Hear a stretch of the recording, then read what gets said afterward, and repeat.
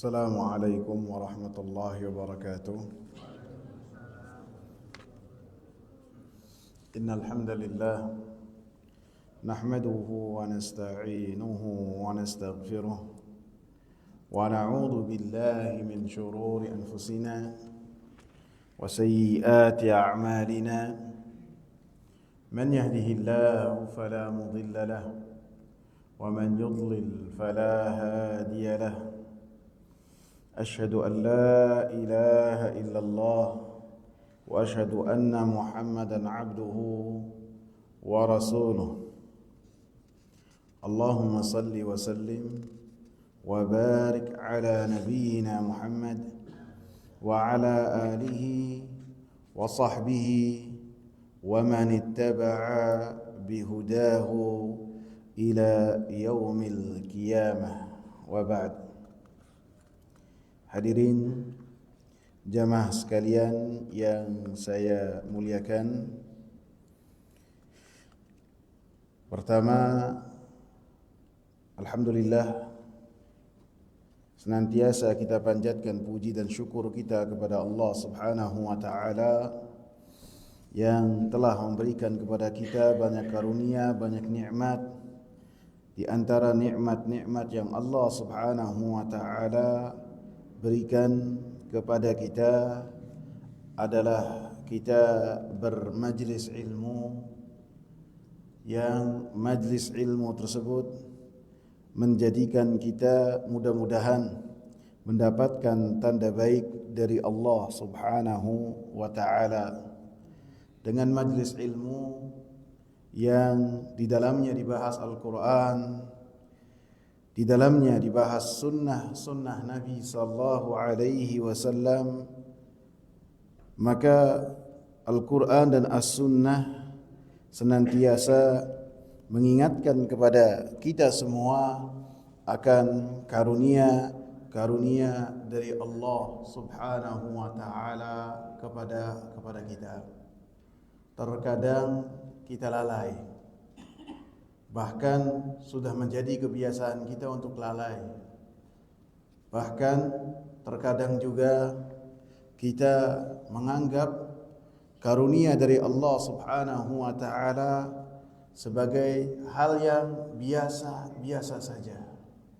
Padahal karunia yang Allah Subhanahu wa taala berikan kepada kita sangatlah banyak dan sangatlah besar sekali.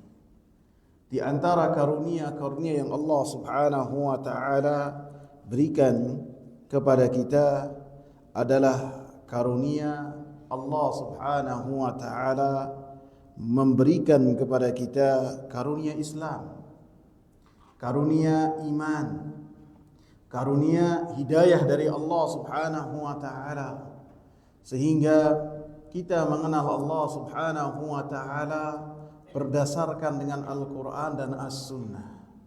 Kita mengenal Allah Subhanahu wa taala berdasarkan Al-Quran dan As-Sunnah sesuai dengan pemahaman para sahabat ridwanullahi alaihim, yang mana mereka ketika beragama mengamalkan Al-Quran dan As-Sunnah mendapatkan predikat di sisi Allah Subhanahu wa taala, radhiyallahu anhum wa radu'an. Allah Subhanahu wa taala ridha kepada mereka dan mereka pun ridha kepada Allah Subhanahu wa taala.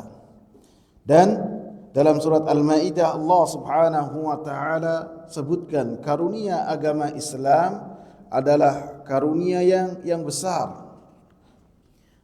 Al-yawma, Al-Maidah ayat yang ketiga, Al-yawma akmaltu lakum dinakum wa atmamtu alaikum ni'mati wa raditu lakumul Islam dina. Allah katakan pada hari ini, yaitu ketika Rasulullah sallallahu alaihi wasallam di hadapannya manusia yang sangat banyak di hadapan Rasulullah, yang tidak pernah Rasulullah sallallahu alaihi wasallam berkumpul dengan manusia sebanyak itu. Pada hari Arafah, ketika Rasulullah sallallahu alaihi wasallam menunaikan haji, turunlah ayat ini. Al-yawma akmaltu lakum dinakum. Pada hari ini telah aku sempurnakan agamamu untukmu. Wa atmamtu alaikum ni'mati. Antum perhatikan. Dan aku cukupkan nikmatku bagimu. Wa raditu lakumul Islam dina. Dan kata Allah, telah aku ridai Islam sebagai agama untuk kalian. Jadi termasuk yang Allah Subhanahu wa taala sebutkan sebagai karunia yang sangat besar, Allah Subhanahu wa taala utus nabinya. Allah turunkan Al-Qur'an, kemudian dakwahnya dan apa yang telah dibawa oleh Nabi Muhammad sallallahu alaihi wasallam sampai kepada kita. Sehingga orang-orang yang telah mengucapkan kalimat la ilaha illallah wa Muhammadur Rasulullah, maka harus bersyukur kepada Allah Subhanahu wa taala terhadap karunia iman, karunia Islam, karunia hidayah. Karena Allah Subhanahu wa taala memberikan hidayah kepada siapa yang Allah Subhanahu wa taala kehendaki. Man yahdillahu fala mudhillalah. Siapa yang Allah Subhanahu wa taala berikan hidayah kepadanya, maka tidak akan ada yang memalingkan hidayah Allah. Wa man yudlilillahu fala hadiyalah. Dan siapa yang Allah palingkan dari jalan Allah yang lurus, maka tidak akan ada yang mampu menuntun orang tersebut kepada jalan menuju Allah Subhanahu wa taala, jalan menuju ridhonya Allah Subhanahu wa taala. Sehingga apabila hal ini diingatkan kepada kita, maka menjadikan kita ini pribadi-pribadi yang senantiasa bersyukur kepada Allah Subhanahu wa taala. Karena menjadikan hati manusia tunduk dan patuh terhadap hidayah yang dibawa oleh Rasulullah sallallahu alaihi wasallam yang sampai kepada kita murni miliknya Allah Subhanahu wa taala. Nabi Muhammad sallallahu alaihi wasallam dikatakan oleh Allah Subhanahu wa taala apa? Innaka la tahdi man ahbabta. Engkau wahai Nabi Muhammad tidaklah mampu memberikan hidayah, menjadikan seseorang mampu mengamalkan hidayah yang engkau bawa berupa wahyu yang disampaikan oleh Nabi Muhammad, baik itu wahyu Al-Quran ataupun wahyu sunnah dari Nabi sallallahu alaihi wasallam. Tidak mampu. Abu Talib orang yang melindungi dakwahnya Nabi, orang yang menjadi tameng untuk dakwahnya Nabi sallallahu alaihi wasallam, orang yang beberapa kali menyatakan dalam syair-syairnya bahwasanya ponakannya yang bernama Muhammad di atas agama yang benar dalam banyak ucapannya. Sehingga ketika diboikot oleh orang-orang Quraisy, Nabi dan para sahabat, maka Abu Talib masuk dalam boikot tersebut, menunjukkan apa? Bagaimana beliau melindungi Nabi sallallahu alaihi wasallam. Akan tetapi hidayah milik Allah, karunia yang Allah Subhanahu wa taala berikan kepada siapa yang Allah kehendaki. Abu Talib mati di atas kekufuran, padahal jasanya luar biasa. Nabi sangat terganggu sekali dengan gangguan-gangguan orang-orang kafir Quraisy ketika atau setelah Abu Talib wafat. Orang ini tinggal disenggol sedikit saja masuk Islam. Pembelaannya luar biasa. Pernyataan-pernyataannya tentang Nabi luar biasa. Tinggal mengucapkan kalimat la ilaha illallah wa Muhammadur Rasulullah, akan tapi dia menolak untuk menyatakan hal tersebut. Bahkan di akhir hayatnya pun ketika Nabi datang mengingatkan kepada Abu Talib supaya mengatakan kalimat la ilaha illallah, supaya kalimat la ilaha illallah ini menjadi bekal untuk Nabi di hadapan Allah, menjadi hujjah bahwasanya Abu Talib orang Islam. Akan tapi Abu Talib mengatakan dengan lisannya langsung, di akhir hayatnya, di detik-detik nafas terakhir dari Abu Talib, yang perawinya dari kalangan sahabat sampai dicantumkan oleh Al-Imam Bukhari dalam kitab sahihnya, jijik untuk mengucapkan lafaz tersebut. Lafaznya itu huwa ala millati Abdul Muttalib. Dia di atas agamanya Abdul Muttalib. Padahal yang dikatakan oleh Abu Talibnya itu ana.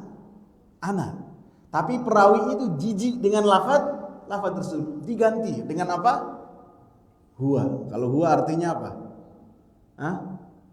Artinya dia. Kalau ana artinya apa? Artinya aneh. Ya, ana.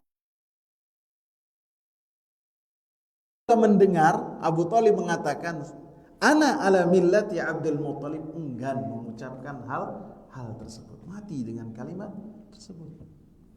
Sebaliknya orang-orang yang tidak dikenal oleh Nabi sallallahu alaihi wasallam, sahabat yang mulia, Suhaib Ar-Rumi, terus siapa lagi?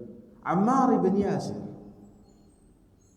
Salman Al-Farisi, Abu Dzar Al-Ghifari, yang mereka tidak ada kekerabatan sama sekali dengan Nabi sallallahu alaihi wasallam, maka mereka dimuliakan oleh Allah Subhanahu wa taala dengan mendapatkan keimanan dan hidayah dari Allah Subhanahu wa taala.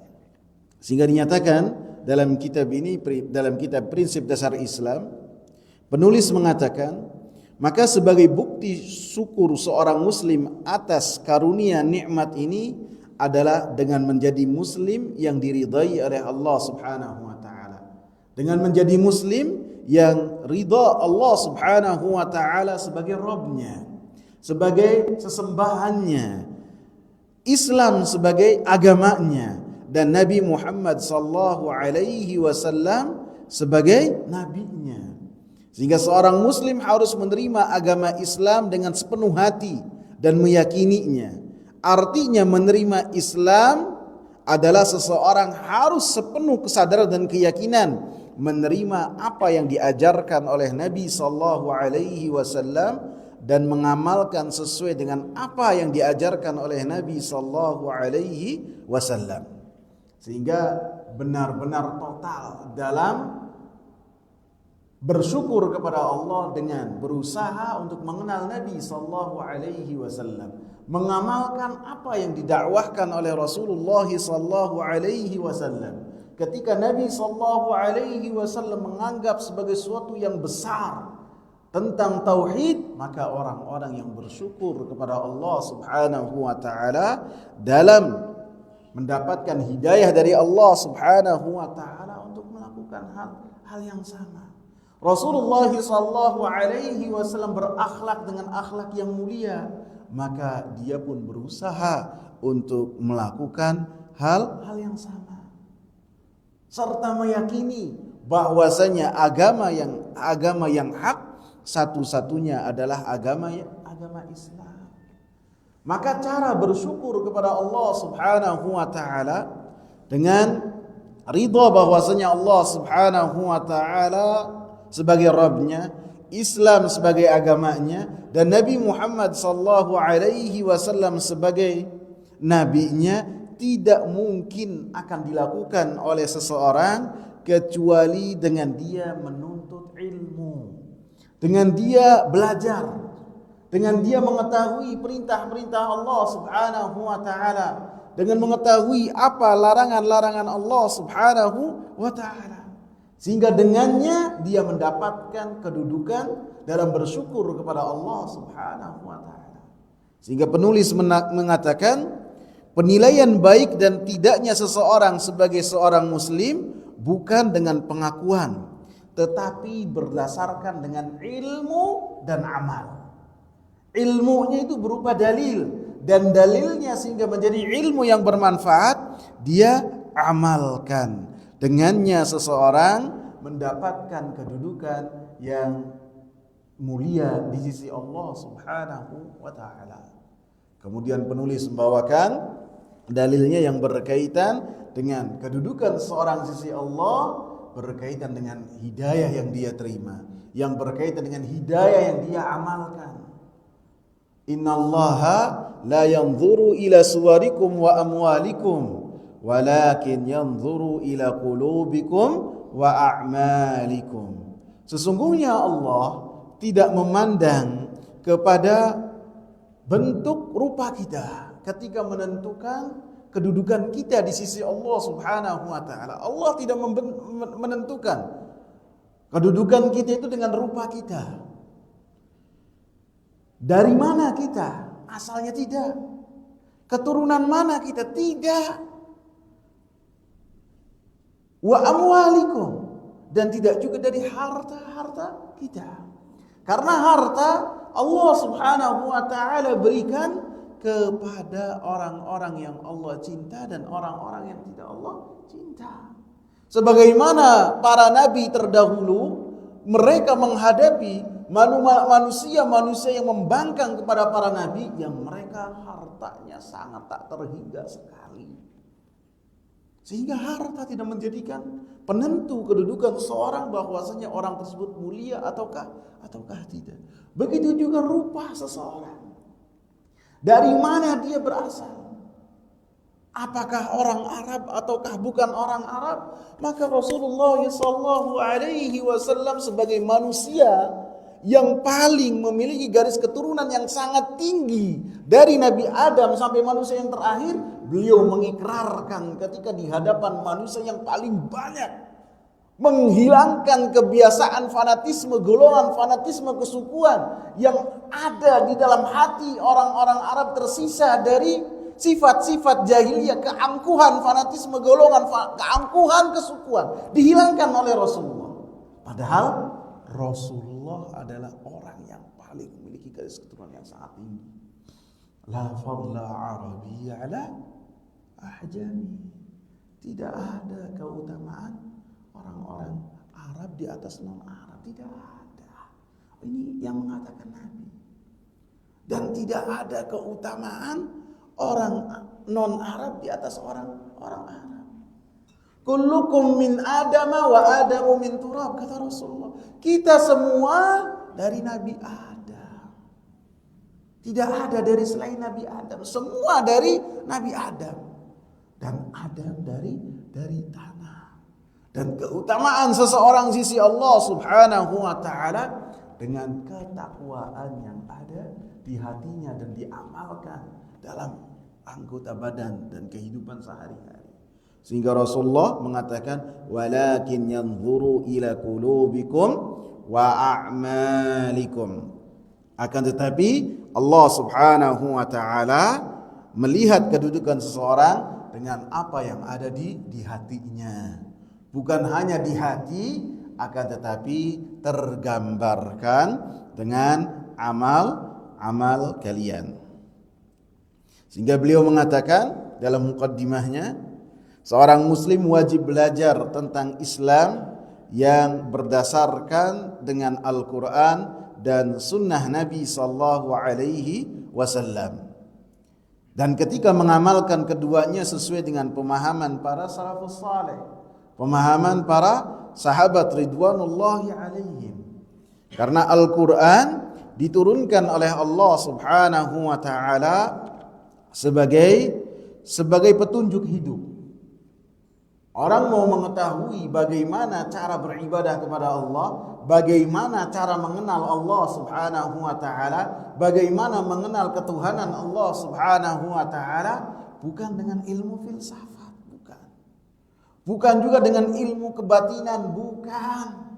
Akan tetapi ketika membahas Al-Quran, ketika membahas sunnah Nabi sallallahu alaihi wasallam yang di dalamnya dijelaskan tentang Allah Subhanahu wa taala, yang di dalamnya dijelaskan tentang nama-nama Allah Subhanahu wa taala, yang di dalamnya dijelaskan tentang apa yang dilakukan oleh Allah Subhanahu wa taala, sehingga pengenalan kepada Allah Subhanahu wa taala dengan pengenalan yang besar mewariskan di dalam tubuh seseorang dan hati seseorang pengagungan kepada Allah Subhanahu wa taala, menjadikan seorang berharap kepada Allah Subhanahu wa taala, menjadikan seseorang cinta kepada Allah Subhanahu wa taala, menjadikan seseorang bertawakal kepada Allah Subhanahu wa taala.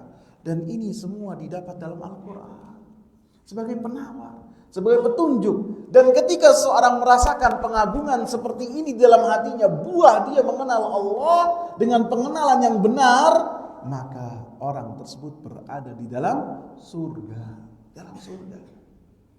Sebagian ulama mengatakan inna fid dunya la jannah, bahwasannya di surga, bahwasanya di dunia ini ada surga. Ada surga. Siapa yang tidak masuk ke dalam surga tersebut ketika di dunia, maka dia tidak akan masuk surganya yang Allah Subhanahu wa taala wariskan kepada orang-orang yang bertakwa pada hari akhir kelak. Surga ini adalah pengenalan seseorang tentang Allah Subhanahu wa taala. Sehingga orang-orang seperti Ibnu Taimiyah rahimahullah, beliau mau lakukan apapun oleh orang-orang yang tidak suka kepada beliau dan terhadap dakwah beliau, maka beliau tidak peduli. Ma yasna'u a'da'u bi, apa yang dilakukan oleh orang-orang yang tidak suka terhadapku, mereka lakukan. Jannati fi sadri, surgaku itu ada di dadaku. Fahiya ma'i, kemanapun saya pergi selalu bersamanya. Fa in habasuni fahabsi khalwa, apabila saya itu dipenjara karena membela agama Allah Subhanahu wa taala, maka ketika saya menyendiri itu adalah dalam seperti saya anggap berkhalwat dengan Allah Subhanahu wa taala. Bersuka-suka dalam beribadah kepada Allah Subhanahu wa taala yang ibadahnya tidak diketahui kecuali oleh pelaku dan Allah Subhanahu wa taala. Wa inna fauni fanafyi siyaha, apabila mereka mengasingkanku, mengusirku dari dakwahku dan negeriku, maka ketika mereka melakukan hal tersebut, maka saya anggap sebagai satu Allah Subhanahu wa taala. Tidak susah dengan kejadian apapun. Wa in qataluni, dan apabila mereka mengeksekusiku, faqatli syahadah, maka apa yang mereka lakukan itu pintu masuk untuk saya, termasuk dari la ilaha illallah wa Muhammadur Rasulullah. Allah Subhanahu wa taala katakan bahwasanya Al-Qur'an sebagai petunjuk hidup, sebagai penawar, sebagai rahmat, sebagai penyembuh dan sumber kebahagiaan.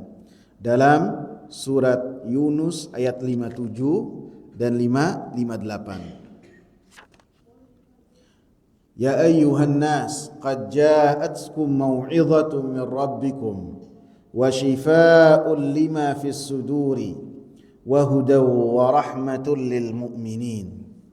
Wahai manusia, yang diseru oleh Allah Subhanahu wa taala adalah manusia. Bukan hanya orang-orang yang beriman, bukan orang-orang Arab. Dan tidak ada dalam Al-Qur'an ya ayyuhal Arab, tidak ada. Yang ada apa? Ya ayyuhan nas, ya ayyuhalladzina amanu, ya ahlal kitab. Menunjukkan bahwasanya Nabi sallallahu alaihi wasallam diutus oleh Allah Subhanahu wa taala sebagai rahmat untuk alam semesta, untuk seluruh manusia. Bukan untuk kelompok-kelompok tertentu, bukan. Kata Nabi sallallahu alaihi wasallam, "Kana an-nabiyyu yub'atsu ila qaumihi khassah wa bu'ithtu ila an-nasi 'ammah." Nabi sebelum Nabi Muhammad diutus untuk kaumnya sendiri, kaumnya saja. Saleh untuk kaumnya, Hud untuk kaumnya, Nuh untuk kaumnya. Akan tetapi Nabi Muhammad sallallahu alaihi wasallam, bu'istu ilan nasi 'ammah. Saya diutus oleh Allah Subhanahu wa taala untuk seluruh manusia. Untuk seluruh manusia. Bukan hanya untuk orang-orang Arab saja seperti yang diklaim oleh sebagian orang-orang yang tidak mengenal Al-Quran dan As-Sunnah. Tidak. Untuk seluruh manusia. Dan ketika Nabi berada di tengah-tengah orang Arab menunjukkan hal tersebut, pilihan yang Allah Subhanahu wa taala berikan kepada manusia. Menunjukkan semua yang melekat pada diri Nabi sallallahu alaihi wasallam adalah pilihan yang Allah berikan untuk Nabi Muhammad sallallahu alaihi wasallam. Sehingga Nabi Muhammad sallallahu alaihi wasallam mengatakan, la yasma'u bi ahadun min ahli kitab Yahudiyun wala Nasraniyun thumma la yu'minu bi illa min ahli nar. Tidaklah seseorang yang dia mendengar tentang Nabi Muhammad sallallahu alaihi wasallam, tentu mendengarnya dengan pendengaran yang sahih, yang benar. Sama'nya ini mendengarnya tentang mendengar yang benar. Karena sebagian orang, terutama orang-orang barat ataupun orang-orang yang mereka jauh dari Islam, mengenal Nabi sallallahu alaihi wasallam dengan pengenalan yang salah. Suka membunuh, pengis, doyan kawin, apa lagi? Banyak. Akan tapi ketika dia membaca sekarang sarana untuk mengenal tentang Nabi sallallahu alaihi wasallam banyak, baik dengan media sosial ataupun buku-buku yang terjemahkan, dia membacanya dengan benar, kemudian dia mengenal Nabi sallallahu alaihi wasallam dengan benar, kemudian dia ada di dalam hatinya kesombongan untuk beriman kepada Nabi sallallahu alaihi wasallam, maka dia termasuk dari ahli nar. Allah Subhanahu wa taala katakan, qad ja'atkum mau'izatun min rabbikum, telah datang kepada kalian nasihat, pelajaran dari Rabb kalian, wa shifaa'un lima fis sudur, dan penyembuh bagi penyakit yang ada di dalam dada, wa hudan wa rahmatul lil mu'minin, dan petunjuk serta rahmat buat orang-orang yang beriman. Kul bi fadlillah, katakanlah wahai Nabi Muhammad, dengan karunia Allah Subhanahu wa taala, wa bi rahmatihi, dan dengan rahmat Allah Subhanahu wa taala, fa bidzalika, maka dengan itu semua lebih baik dari apa yang mereka kumpulkan. Apa yang mereka kumpulkan, baik itu yang berkaitan dengan harta ataupun keluarga ataupun apapun yang mereka banggakan, maka apa yang Allah Subhanahu wa taala turunkan berupa syariat dari Allah Subhanahu wa taala, maka dunia dan apa yang mereka kumpulkan tidak sebanding. Bahkan apa yang Allah turunkan kepada nabinya lebih baik dari apapun juga. Contohnya apa? Rakaata al-fajri khairun minad dunya wa ma fiha. 2 rakaat saja ikhwan, 2 rakaat dari salat fajr, dari qabliyah salat fajar, ketika dilakukan oleh seseorang maka lebih baik daripada dunia dan seisinya. Allah katakan khairum mimma yajma'un. Dalam hadis lain, man taraka salatal asri faka'annama wutira maluhu wa ahluhu. Siapa yang dia meninggalkan salat asar, maka seakan-akan dihilangkan dari dirinya semua keluarganya ataupun apa yang dia miliki. Artinya apa? Dunia itu tidak ada apa-apanya apabila dibandingkan dengan apa yang Allah Subhanahu wa taala turunkan kepada kita, kepada Nabi Muhammad sallallahu alaihi wasallam, sehingga hal tersebut sampai kepada kita. Dalam kitab ini penulis menyatakan bahwasanya di dalam agama Islam ada prinsip dasar Islam yang prinsip-prinsip dasar Islam ini harus diketahui oleh orang-orang yang telah mengatakan kalimat la ilaha illallah. Sehingga ketika seorang mengetahui prinsip-prinsip tersebut, yang pertama dia makin yakin bahwa agama Islamlah agama yang hak, sehingga agama Islam yang ia yakini akan menyelesaikan seluruh permasalahan pada dirinya, baik yang berkaitan dengan masalah individu, rumah tangga, ataupun dalam seseorang bermasyarakat.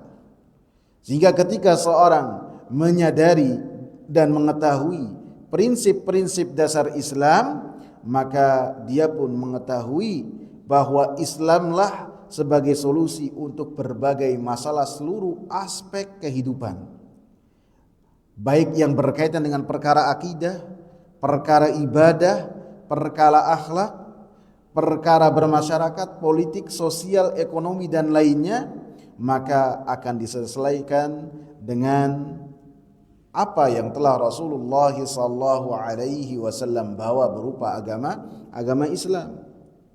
Karena Islam yang dibawa oleh Rasulullah SAW berdasarkan Al-Quran dan As-Sunnah sesuai dengan pemahaman salaful ummah sebagai generasi yang terbaik yang telah mendapatkan ridha dari Allah Subhanahu wa taala, akan menjadikan seseorang benar dalam berprinsip dalam agama Islam. Maka dengan prinsip-prinsip yang beliau sebutkan sebanyak 14 poin, dengannya seseorang akan mengetahui apa yang dengannya dia menjaga keislamannya. Karena apabila seseorang tidak menjaga keislamannya, bisa jadi karunia yang Allah Subhanahu wa taala berikan kepada seseorang, apabila dia tidak pandai bersyukur kepada Allah Subhanahu wa taala, maka akan apa, ikhwan? Bisa akan hilang. Siapa yang menjamin kita sekarang dalam karunia Allah yang besar ini, kemudian karunia ini tetap akan bersama kita sampai kita mati? Siapa? Ada di antara kita yang menjamin? Ada enggak? Ada enggak? Enggak ada. Termasuk cara bersyukur dan berikhtiar supaya karunia tersebut tetap langgeng bersama dengan kita adalah dengan kita senantiasa belajar. Di antaranya mengetahui prinsip-prinsip yang dengannya dia berusaha menjaga agama Islam yang ada di dadanya. Kemudian setelahnya keluarganya dan orang-orang yang di sekitarnya. Kemudian bagian yang pertama dari prinsip yang beliau sebutkan adalah mensyukuri nikmat Islam yang Allah Subhanahu wa taala berikan kepada kita. Mensyukuri nikmat Islam yang Allah Subhanahu wa taala karuniakan kepada kita.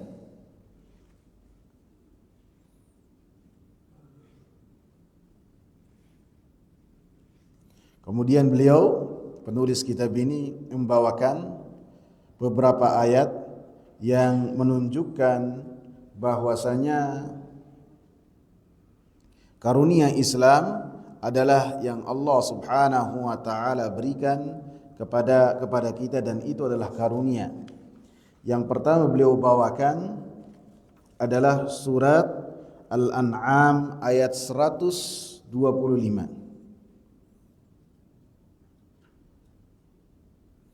Allah Subhanahu wa taala katakan, "Faman yuridillahu an yahdiyahu yashrah sadrahu lil Islam, wa man yurid an yudhillahu yaj'al sadrahu dayiqan harajan ka'annama yas'adu fis sama', kadzalika yaj'alu Allahu ar-rijsa 'ala alladhina la yu'minun." Maka siapa yang Allah Subhanahu wa taala kehendaki, maka Allah Subhanahu wa taala akan lapangkan. Siapa yang Allah Subhanahu wa taala kehendaki baginya untuk mendapatkan hidayah dari Allah Subhanahu wa taala, maka Allah Subhanahu wa taala akan melapangkan dadanya untuk memeluk Islam. Sehingga ketika orang mendapatkan karunia Islam, menunjukkan ia mendapatkan tanda baik dari Allah Subhanahu wa taala. Sebelumnya makna dari yashrah sadrahu lil Islam, maknanya adalah hatinya diluaskan untuk mengenal tauhid, untuk mengenal iman kepada Allah Subhanahu wa taala. Sehingga orang-orang yang mendapatkan karunia ini adalah termasuk orang-orang yang mendapatkan tanda kebaikan dari Allah Subhanahu wa taala, bahwasanya mereka mendapatkan hidayah, mendapatkan cahaya dari Allah Subhanahu wa taala, seperti yang Allah sebutkan dalam halaman yang sudahnya surat Az-Zumar ayat yang ke-22. Afaman syarahallahu sadrahu lil Islam fahuwa ala nurin min rabbih. Maka apakah orang-orang yang dibukakan hatinya oleh Allah Subhanahu wa taala untuk menerima agama Islam, maka dia mendapatkan cahaya dari Allah Subhanahu wa taala. Fawailul lil qasiyati qulubuhum min dzikrillah ulaika fi dhalalim mubin. Maka sungguh celakalah orang-orang yang hatinya keras dari berzikir kepada Allah Subhanahu wa taala. Hatinya keras dan tidak mau berzikir kepada Allah Subhanahu wa taala. Artinya kata Allah Subhanahu wa taala, tidaklah sama antara orang-orang yang mendapatkan hidayah dari Allah, mendapatkan cahaya dari Allah, dengan orang-orang yang mereka jauh dari hidayah Allah, jauh dari cahaya Allah Subhanahu wa taala. Maka Allah Subhanahu wa taala katakan, ulaika fi dhalalim mubin. Maka orang-orang yang tidak mendapatkan cahaya dari Allah Subhanahu wa taala, maka mereka di dalam kesesatan yang nyata. Kemudian dalam surat Al-An'am kita lanjutkan, wa man yurid an yudhillahu yaj'al sadrahu dayiqan harajan ka'annama yas'adu fis sama'. Dan siapa yang Allah Subhanahu wa taala kehendaki untuk dia itu menjadi sesat, dijauhkan hatinya untuk mengenal Islam, dijadikan dadanya sempit, dijadikan dadanya itu sesak, seakan-akan dia itu mendaki ke langit. Siapa yang Allah Subhanahu wa taala kehendaki untuk dia itu tidak mendapatkan hidayah dari Allah, maka Allah Subhanahu wa taala jadikan hatinya itu sempit, hatinya itu sesak, seakan-akan dia naik ke atas langit, atas awan. Ini menunjukkan bahwasanya Nabi sallallahu alaihi wasallam tidaklah berkata kecuali dengan dari Allah Subhanahu wa taala, seorang utusan Allah. Karena apa? Karena 1446 tahun yang lalu seluruh manusia tidak ada yang mengetahui bahwasanya ketika seseorang dalam kondisi lebih dekat ke atas, dia naik, oksigen makin tipis. Ada nggak yang tahu? Pada zaman itu ada nggak? Ada nggak? Nggak ada yang tahu. Kemudian apabila dituduh Nabi itu belajar dari mana? Nabi itu apa? Ummi, tidak bisa menulis dan tidak bisa membaca. Sehingga ketika mengabarkan pengetahuan demikian, menunjukkan bahwasanya apa yang dikabarkan oleh Rasulullah sallallahu alaihi wasallam, baik dari Al-Quran ataupun Sunnah, itu semua datangnya dari wahyunya Allah Subhanahu wa ta'ala. Kadzalika yaj'alullahu ar-rijsa 'alal ladzina la yu'minun. Maka demikian kami jadikan ar-rijs, azab, ar-rijs, sesuatu yang tidak ada manfaat di dalamnya, ar-rijz, asyaitan dan bujuk rayunya Allah Subhanahu wa taala berikan kepada orang-orang yang tidak beriman. Artinya apa? Apa yang mereka dapatkan berupa kesesatan, bukan Allah Subhanahu wa taala yang menzalimi mereka. Akan tetapi Allah Subhanahu wa taala berikan kepada mereka kesempatan untuk memahami Al-Qur'an dan As-Sunnah, kemudian mereka menjauh dari jalan tersebut, kemudian maka Allah Subhanahu wa taala menjauhkan dari diri mereka hidayah Allah Subhanahu wa taala. Insyaallah akan kita lanjutkan yang berkaitan dengan mensyukuri nikmat Islam yang berupaya yang itu adalah karunia yang Allah Subhanahu wa taala berikan kepada kita. Semoga bermanfaat.